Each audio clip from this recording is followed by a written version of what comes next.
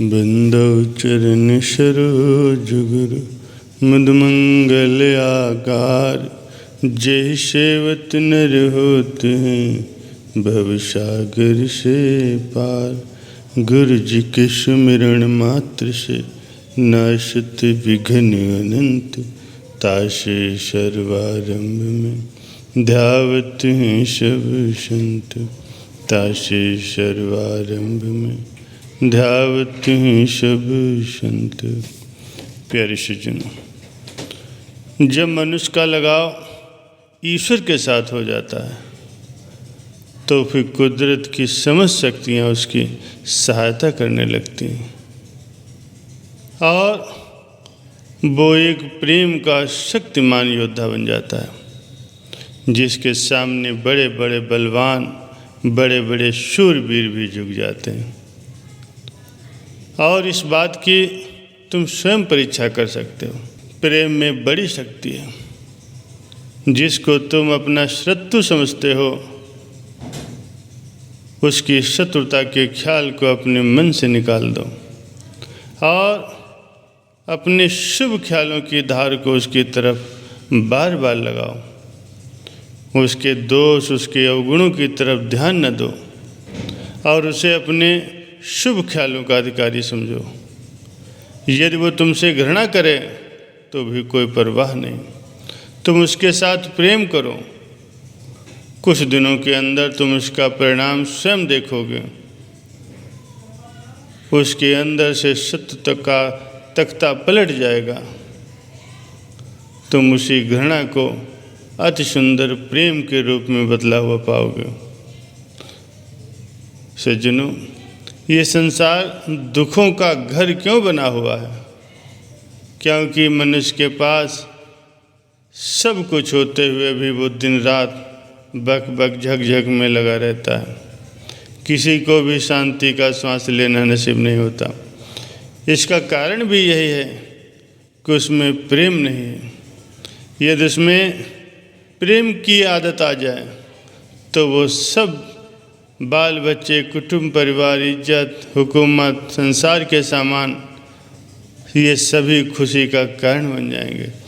जिसे तुम संसार कहते हो वो वास्तव में क्या है? प्रेम के न होने का नाम ही संसार है और कुछ नहीं।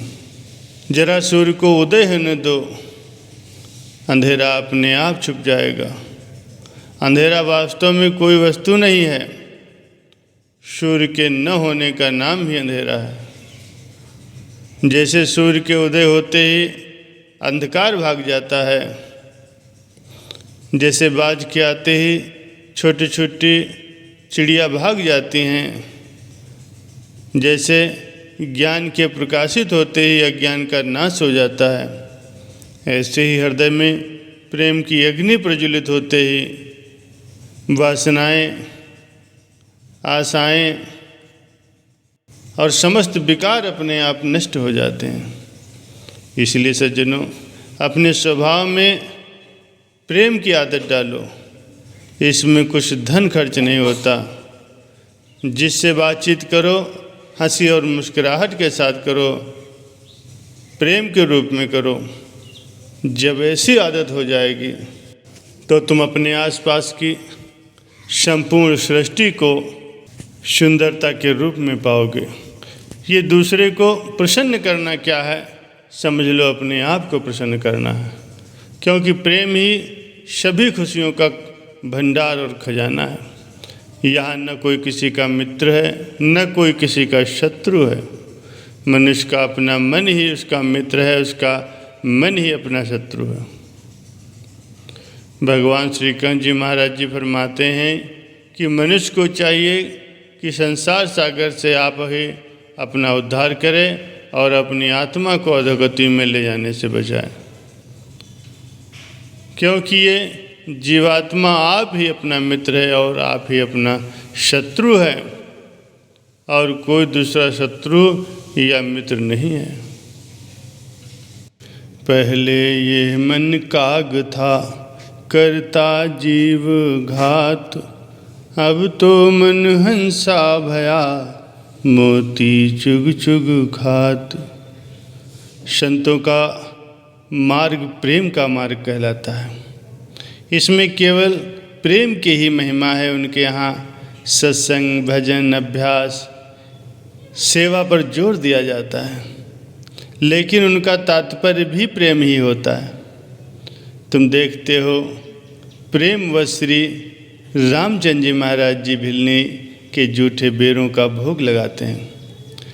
लोग प्रेमियों को बावला कहते हैं, लेकिन वे बावले नहीं होते, वे तो बड़े समझदार होते हैं। लोग स्वयं ही बावले हैं जो उनको बावला कहते हैं। जिस वन के अंदर सबरी भिलनी रहती थी, उसमें बड़े बड़े विद्वान और तपस्वियों के भी आश्रम थे, जो अपने आप को अति पवित्र और भजन ध्यान करने वाले मानते थे और भिलनी को घड़ा की दृष्टि से देखते थे कि ये नीच पवित्र वंश की स्त्री है। यहाँ तक कि उसको देखना भी पाप समझते थे। लेकिन भगवान श्री रामचंद्र जी महाराज जी ने सबको ठुकराकर उस भिलनी की कुटिया को ही भाग्यवान बनाया और सबका मन तोड़ दिया। जब आप भिलनी के आश्रम में पधारे तो भिलनी हाथ जोड़कर प्रार्थना करने लगी और गदगद वाणी से बोली, प्रभु, मैं अधम जात की और जड़ बुद्धि वाली आपकी भला स्तुति कैसे करूं? स्त्री वैसे ही अधम होती है, लेकिन मैं तो अधम से भी अधम और नीच से भी नीच, मंदमती और गंवार हूँ। आपकी महिमा भला किस मुख से गायन करूं? आपने अपार दया की है जो इस दासी को अपने मन में जगह दी है। तब भगवान कहते हैं कि ये प्यारी, मेरी बात को सुनो। मैं तो केवल एक भक्ति का ही नाता मानता हूँ। जाति पाति कुल धर्म बड़ाई, धन बल परिजन गुण चतुराई। भक्तिहीन नर सोहे कैसे, बिन जल वारिद देखिए जैसे। ए प्रिय, जाति पाति कुल धर्म बड़ाई, धर्म, परिवार, गुण चतुराई, ये सारी बातें अगर किसी के अंदर हों लेकिन वह भक्ति से विहीन हो, तो ऐसा मनुष्य ऐसे है जैसे जल के बिना बादल।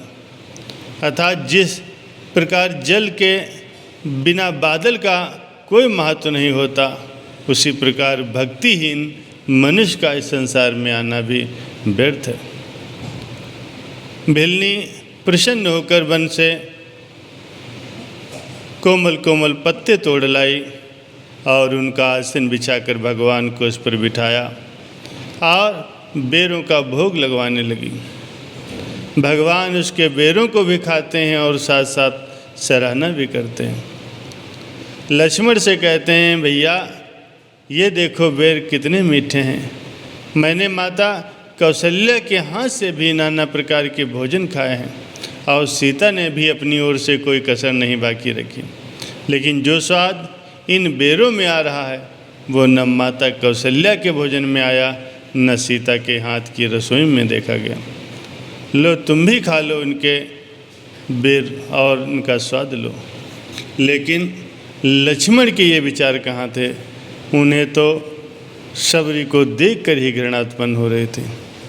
बड़े भाई की आज्ञा मानकर बेर ले तो लिए, लेकिन आंख बचाकर पीछे फेंक दिए। इतिहास कहता है कि वही बेर संजीवनी बूटी होकर के उत्पन्न हुए और युद्ध में जब मेघनाद की बर्छी से मूर्छित हुए तो लक्ष्मण के मुंह में उसी बूटी का रस डाला गया, तब कहीं उन्हें होश आया।